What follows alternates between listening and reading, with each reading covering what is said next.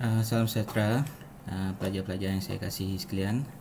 Okay, jadi ini merupakan kelas pertama kita yang cikgu akan lakukan melalui sesi video menggunakan platform YouTube juga.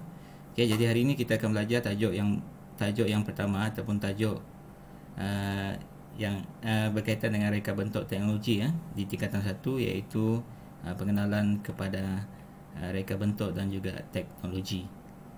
Okay, jadi sesi kali ini tak akan ambil masa yang panjang. Okay, jadi ada beberapa subtopik yang kita akan belajar pada hari ini, iaitu yang pertama definisi reka bentuk dan juga teknologi, dan yang kedua adalah elemen reka bentuk. Okay, so ada dua topik yang kita akan pelajari pada hari ini. Okay, jadi untuk subtopik tersebut atau untuk dua topik tersebut, okay, ada beberapa persoalan yang pelajar perlu fikirkan, okay, sebelum kita pergi lebih lanjut tentang apakah yang dimaksudkan dengan teknologi ini. Okay, cikgu nak awak fahamkan dahulu soalan-soalan yang akan cikgu nyatakan di sini sebab ianya ada kaitan dengan pentafsiran bilik darjah. So soalan pertama adalah apakah yang dimaksudkan dengan reka bentuk dan juga teknologi.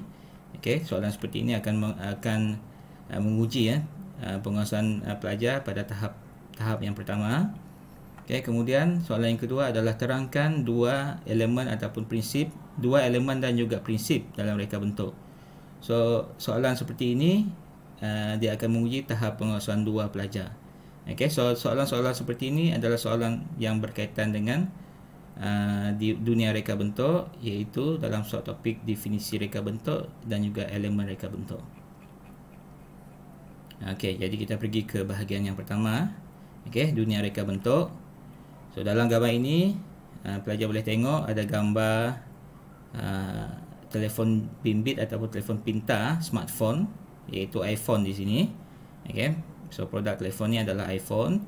So dalam dunia reka bentuk telah membolehkan manusia menggunakan pelbagai produk dan teknologi bagi memudahkan kehidupan harian. So kalau pelajar-pelajar tengok peranan smartphone ataupun telefon bimbit sangat penting pada masa kini, tambah-tambah lagi pada zaman COVID ataupun pasca pandemik ni. Okay, kebanyakan murid ataupun pelajar, bahkan orang dewasa sekalipun, menggunakan gadget ataupun device seperti ini untuk melakukan aktiviti pembelajaran. Okay, kalau dulu kita tak gunakan handphone untuk melakukan sesi pembelajaran.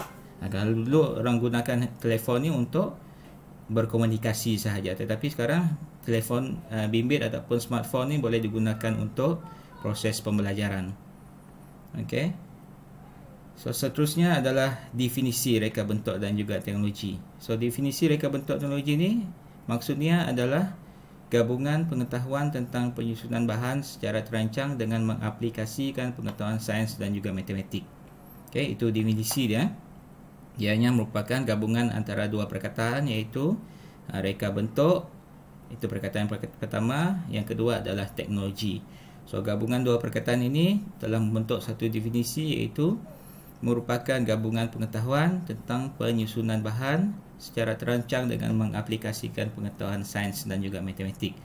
So soalan seperti ini ataupun definisi ini biasanya akan keluar dalam soalan aras ataupun tahap yang pertama lah.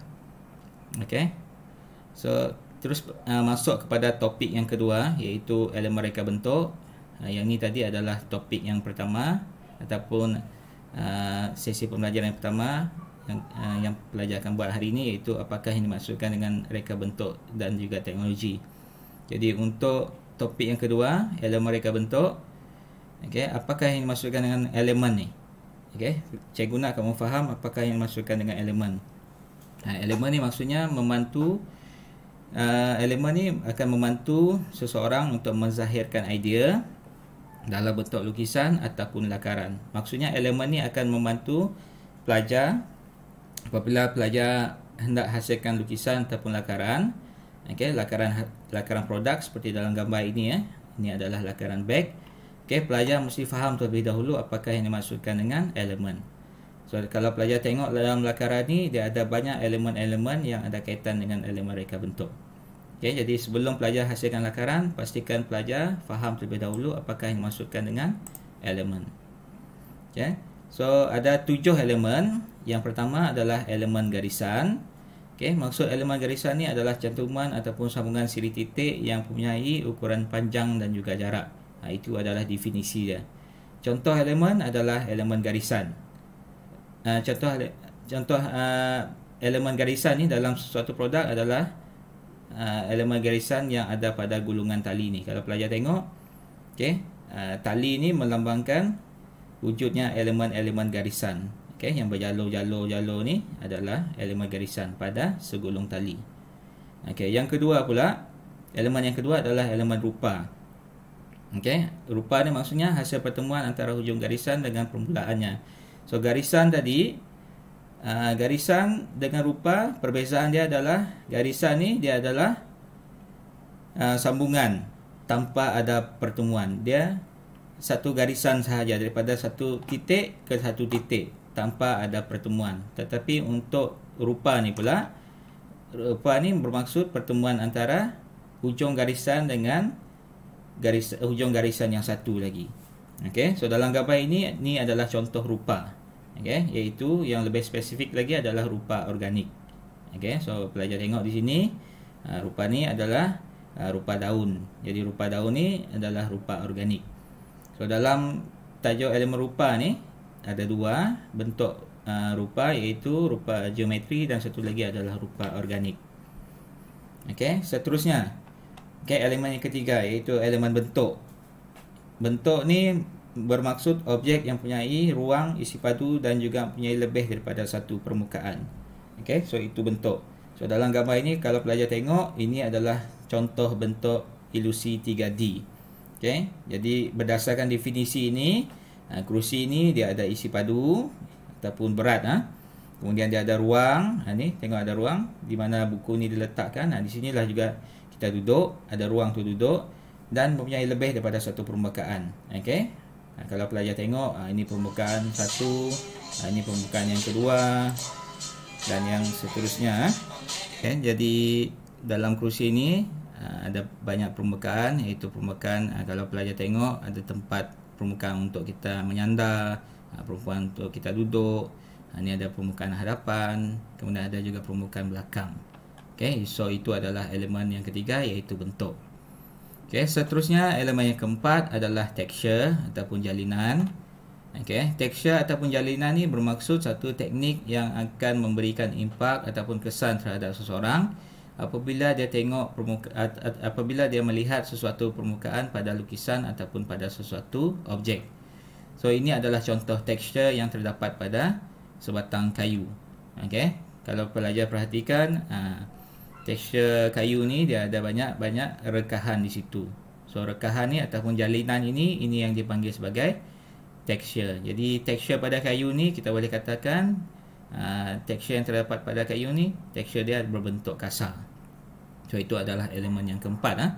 Seterusnya elemen yang kelima iaitu size. Size ni dari segi definisi dia adalah ukuran ataupun dimensi bagi sesuatu objek yang menunjukkan perbezaan jarak, panjang, tinggi dan juga kedalaman projek. Okey, jadi elemen size ni kalau dalam gambar ni, okey, gambar perbezaan size iPhone 12 sekarang ni famous ataupun popular iPhone 12, cikgu pun tak mampu nak beli. Okey, tetapi iPhone telah mengeluarkan 4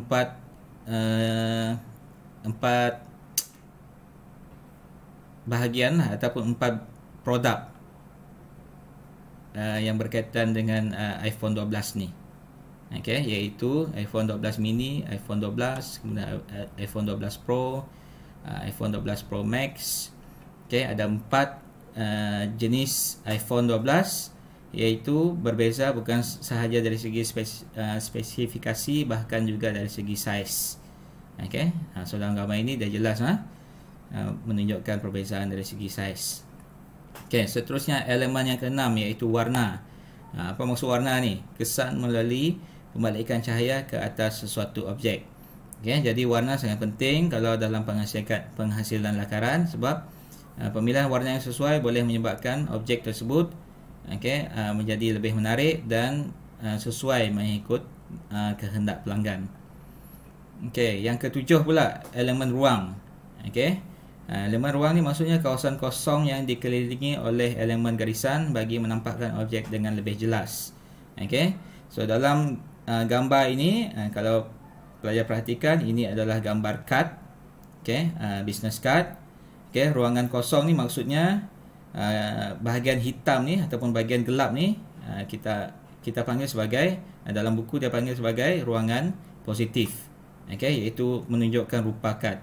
Rupa kad ni digunakan rupa geometri, iaitu rupa segi empat.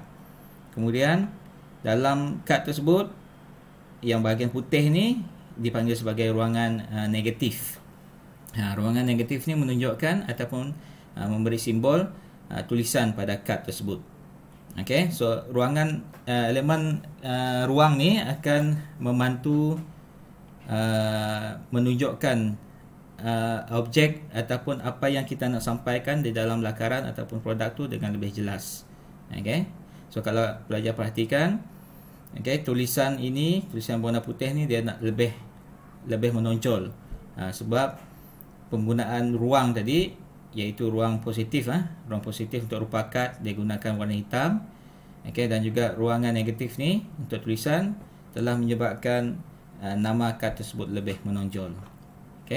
So itu adalah 7 elemen yang terdapat dalam reka bentuk.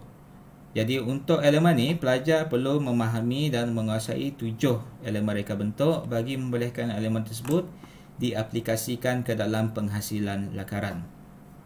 So penggunaan elemen ni pelajar akan aplikasikan apabila menghasilkan lakaran kelak. Sebab dalam penghasilan projek reka bentuk, pelajar perlu hasilkan lakaran terlebih dahulu. Tetapi pelajar kena faham jugalah, apabila hasilkan lukisan ataupun lakaran untuk sesuatu produk, tak semestinya pelajar akan gunakan ke-7 elemen. Mungkin pelajar akan gunakan 4 ataupun 5 dan sebagainya.